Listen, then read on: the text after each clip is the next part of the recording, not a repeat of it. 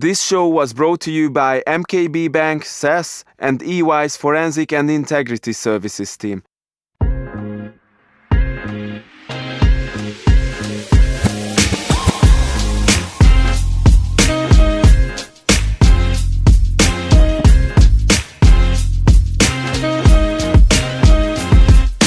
Hello everyone, welcome to the Defense Line's Hungary's first podcast on the control functions in banking, insurance and corporate sectors. My name is András Bácsfalvi and I'm your host for the show that brings you real value and hands-on takeaways from the field of compliance, anti-money laundering, IT security, fraud prevention, risk management and internal audit. In order to achieve these ambitious goals, I'm gonna be joined by my colleagues who are not just the best in what they do, but they also have inspiring personalities that helps them through their journey of their professional lives. My today's guest is Alexander Ghazvinian. Alexander was born in Germany and has a master in business management. In 2006, he became the first ever compliance manager for the German sales and marketing organization of Daimler AG and was also a member of the global compliance leadership team. After working for Terex Corp, a US-based manufacturer, he was appointed Chief Compliance Officer by Maersk, the Danish shipping conglomerate. Last year he joined SICPA, a Swiss-based global provider of security inks, as well as secured identification, traceability and authentication solutions. Alexander is experienced in designing and implementing ethics and compliance programs focusing on anti-bribery compliance, competition law, foreign trade controls and data protection. During his career, he had interactions with several regulators like the US DoJ or Spanish Criminal Court while he was managing major investigations. Alexander has subscribed to the theory that an effective compliance program can only be implemented if compliance standards are embedded in and owned by the business. He thinks that compliance officers are more of a change agent than anything else. Hi Alexander, welcome to the Defense Lines. Thank you for accepting my invitation. András, thank you very much for inviting me. It's my great pleasure and my great honor. So, Alexander, you started your career as a consultant at KPMG. How did you find compliance and why did you stuck to this profession? What do you think? What is the charm of compliance? Well, it's true. I started my career at KPMG and then I moved on to Mercedes, and years later, when I was the assistant to the CEO, and that is in 2006, we got a letter because there was a workshop for compliance officers. And at that time, no one had a clue what is a compliance officer, but my CEO thought it would be good for me to go there and just be there. And after the workshop, when I came back, I was the first compliance officer for the German sales and marketing organization of Mercedes in Germany. And that is how my career started. And it was out of the blue, and I would call it by chance. And at a time, I thought I maybe do this a few years. I'm doing it now 15 years because it's still, I think, one of the most fascinating professions. It's every day something new. I think we work in one of the most developing areas. If I go back 15 years, what compliance was at that time and what is compliance today, there are years in between, more than 15 years. So that was really the point why I always stayed there and why I said, this is what I like to do. I like to be on a green field. I like to develop new things and bring things forward. So there's still the fascination as it would be the first day. What do you think? What should someone new to compliance do to accelerate their career? What dynamics do they need to be tuned into? Is it important to be a jurist? I don't think so. To start with your last question, I don't think that you need to be a lawyer. I am not a lawyer. Some people are surprised that I'm not a lawyer if you think a bit about my career. But compliance is not about the law, and it's not about a single case. It is not about finding one solution or writing a long memo. It is more about implementing a management system, combine compliance elements with business elements, and have this running, operating, and improving. And lawyers are not always trained to do this, but also, to be fair, I had great and awesome lawyers in my team who understood that compliance is much more than a bit of a legal framework. I think that makes it, because if you go down to the legal question, especially if you look about corruption, the legal framework is super, super easy. Just don't bribe. That's all you need to know. How can you accelerate your career? It's not easy, because there is not per se, still not today, the career path. There is not the education that you can become a compliance officer, or where would you say I would study that subject and then that's my path into compliance. I think you need to have a certain personality for that, to be successful and to make your way. And that is, besides, of course, in analytic thinking, it is seeing certain combinations and identify patterns. For me, it's more also about your capability, for example, to handle frustration. I mean, if I go back in my career, I've seen it very often that you're frustrated because you want to do something and just the organization doesn't move. If you have the desire to be the person that is most liked in the organization, you should maybe not join compliance, but you need experience. For me, it's not about the 5th certification you do. It's not about another course you do. It's at the end, do you have hands-on experience? I solve many of my issues today because of my experience, because I have seen things, I have done things. I can identify a pattern because I have a certain knowledge. And that helps me then to find solutions for my business.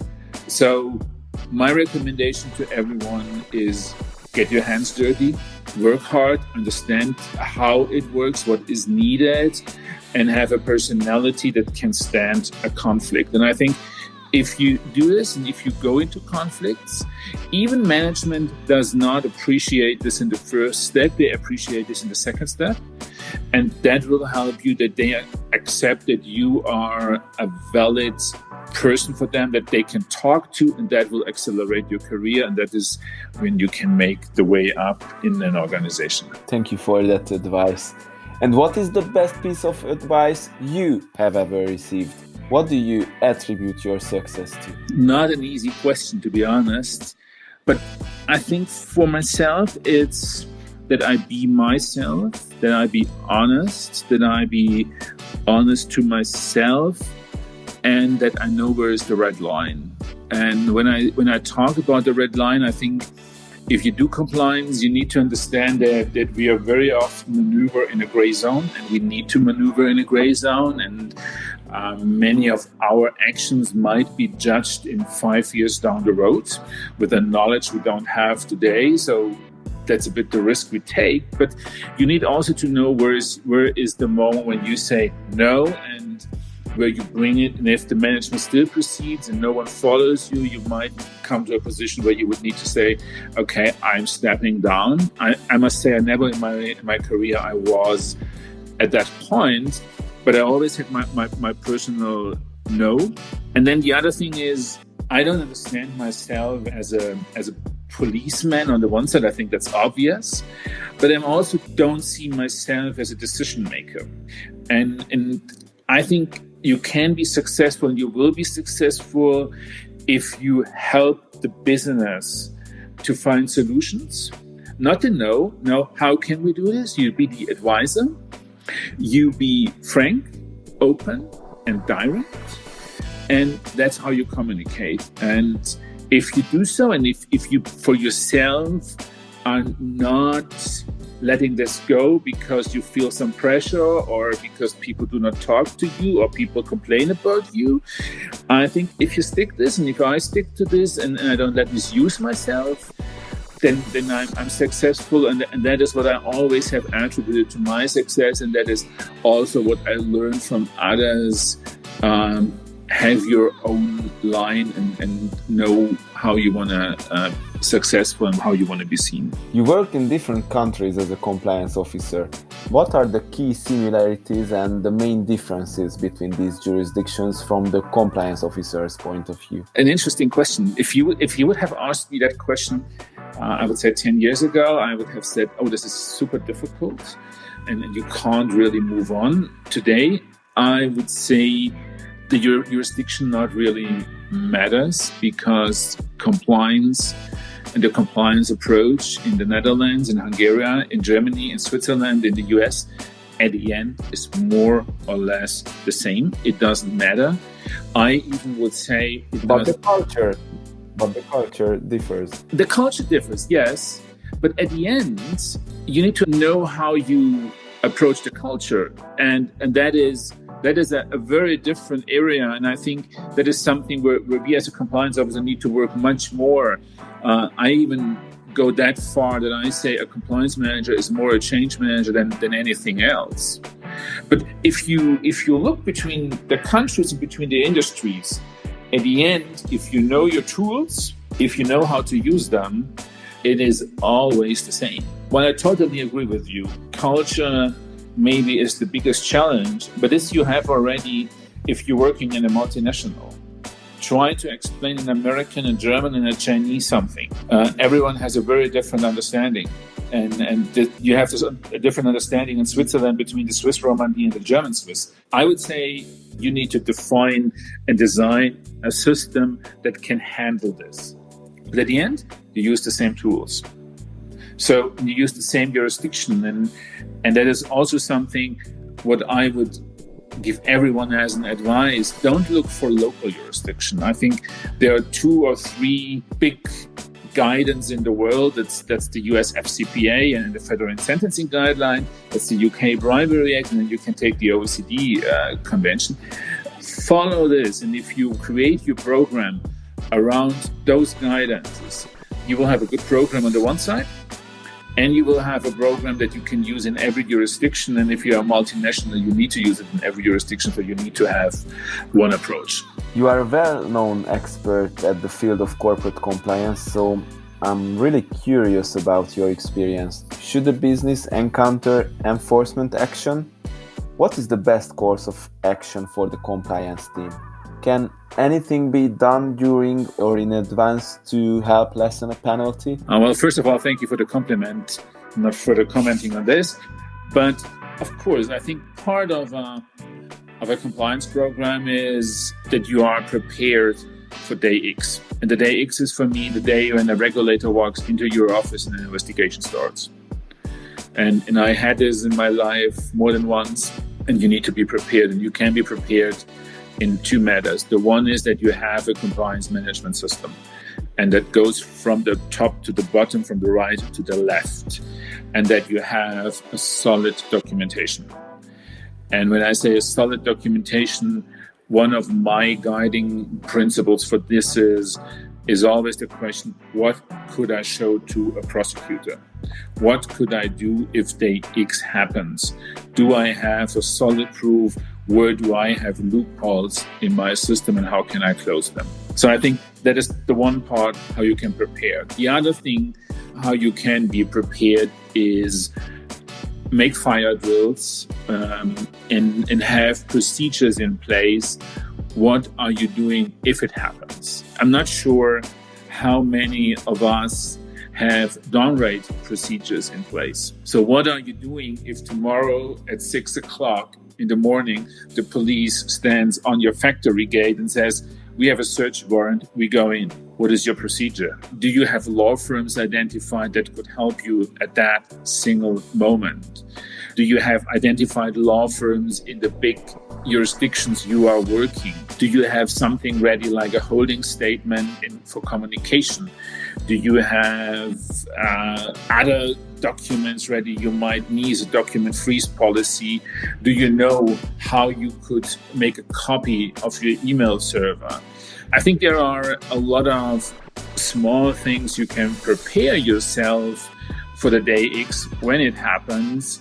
That's the one. But the other thing which I really think is much more important is to have a management system in place, have it effective. I think that is what many people today underestimate. And also I see it once in a while from compliance officers who still think we are sending out a policy, we send out a communication on the policy and everything is okay. Nowadays in 2021, the regulator wants to see from you how have you made sure that your person that works in Uganda, in China, or in Brazil has understood your policy? And for example, in how many languages do you have translated? Did people receive it and so on? So are you ready to present your case to the regulator? That's for me one of the big preparations. And if you have done here a really great job, it will give you a certain relief, and it also might reduce your fine at the end of the day. You mentioned management. My question is that what do you think, how important the tone at the top or the tone from the top is? So without management support, compliance can do too much thing. What do you think about it? Without management support, you can do nothing. Mm-hmm. I think it's the crucial part of it. And if your CEO or your board does not support you, I would look for a new position. That's for me the non plus ultra, because if they don't support you, they don't have understood the exposure they have for themselves. And the tone from the top is very often not that they need to do this on a daily basis. It is sometimes a single word that can help. And I can give you an example from my past. When I joined in one of my positions, after a few months and after I had some discussions with my CEO, he gave a speech to the employees, and then he put 10 words on compliance. And the interesting fact for me thereafter was people approached me and said, "Oh, he talked about compliance. This must be important now." Yes, exactly. And at that moment, people understood that's important for him. So now I, as a manager, need to do something. Because he sees it as important. And it's very often small things that can help you a lot. And for me, it's also sometimes if I can achieve something by having a manager shining or having him presenting my idea as his idea, I'm super happy. Yeah, he should take my idea because then it's his idea. He will promote this. What he promotes at the end is my management system, and that's all I want. And otherwise, a CEO serves as a moral compass to the company. Absolutely.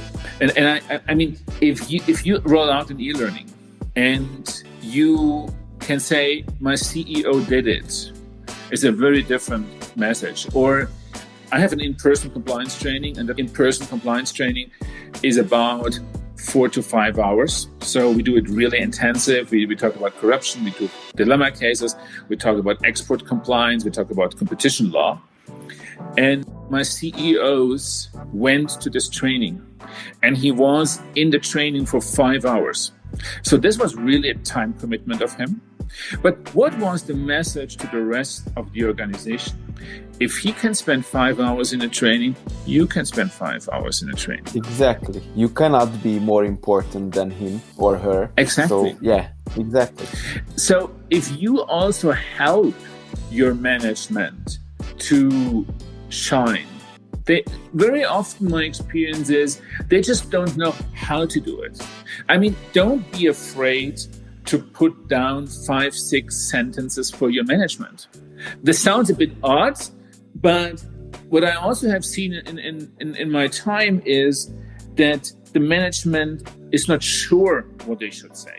They don't feel comfortable to talk about it because it is a strange topic for them. So this is, again, it's change management that comes back to your question before, talking about culture. And different cultures. It's also talking about company culture and changing culture and making compliance as nothing that people try to avoid. Make fun about compliance is another advice I could give you.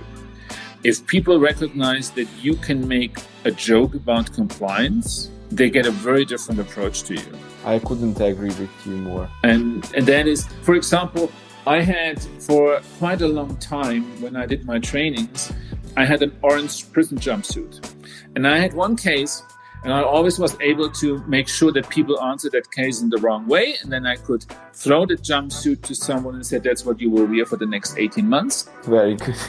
And interesting was, people not very felt offended. But I had people that called me 6 months later and said, Alexander, I don't want to end up in the orange jumpsuit. Can you help me? And that's, again, you need to put yourself on the side of the business and be open, make fun, but also don't overplay your role. As for the last question, compliance is relatively new in Hungary and in the CE region, so we have still a space to improve. What is your advice to us? How can we catch up with the western part of Europe? I don't think it is a problem of Hungary or the CE region. I think it's a challenge we see all over.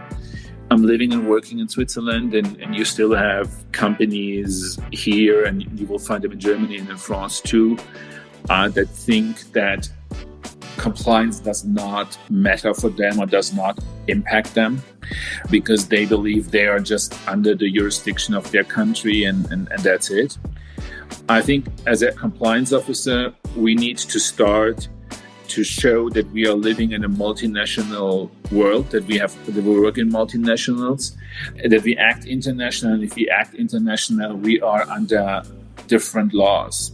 And what I have done very often is I had a very discreet session with my top management team.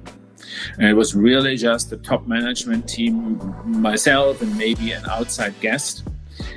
And we talked about their responsibilities, but also their accountabilities and how vulnerable they are in their position. And that it's not only the Hungarian law that could impact them. No, it is the US law that could impact them if they use US dollars. It could be the UK law if there is a UK person involved. And it could be the German law if they are in Germany. And this is also something that is very often not clear for the management because they never got confronted with it. And I had more than once in my career to explain to a CEO what is corruption. And that is, some of them ask you and then they come around the corner, and then if you can listen to them, you will understand what they want to know. And sometimes help them by explaining it to them what is corruption. Not in a legalistic way, but how does it materialize?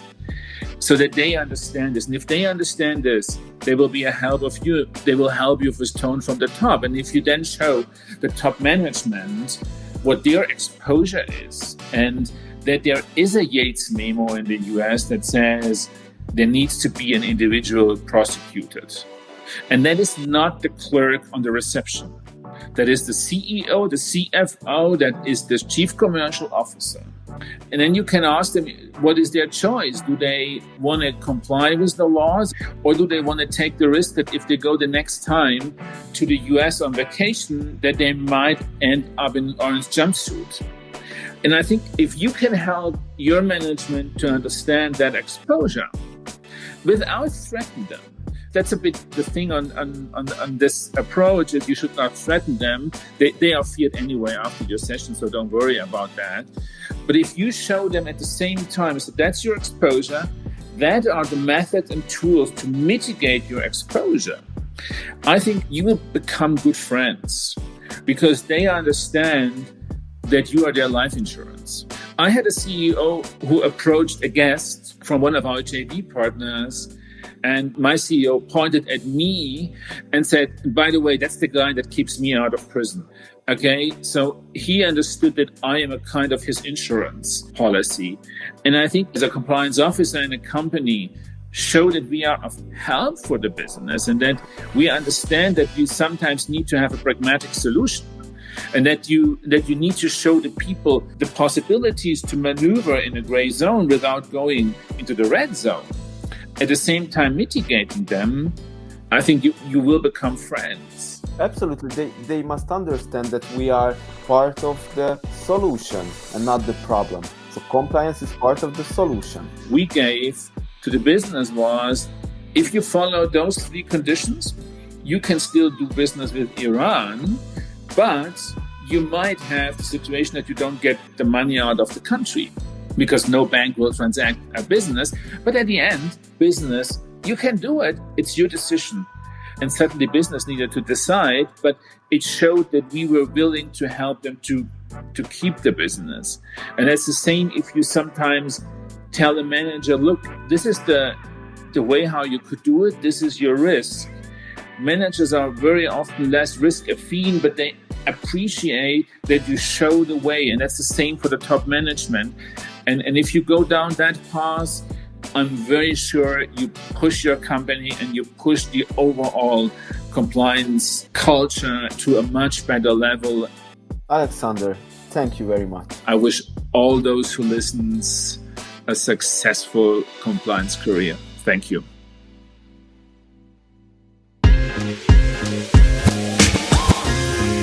Thanks for joining me today. You have just listened to the Defense Lines, the podcast for the control functions.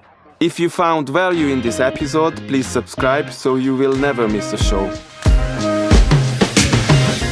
András Bácsfavé is signing off, but till our next meeting, do not forget, those who try to convince you that safety can be increased only by jeopardizing your business goals will eventually deprive you of both.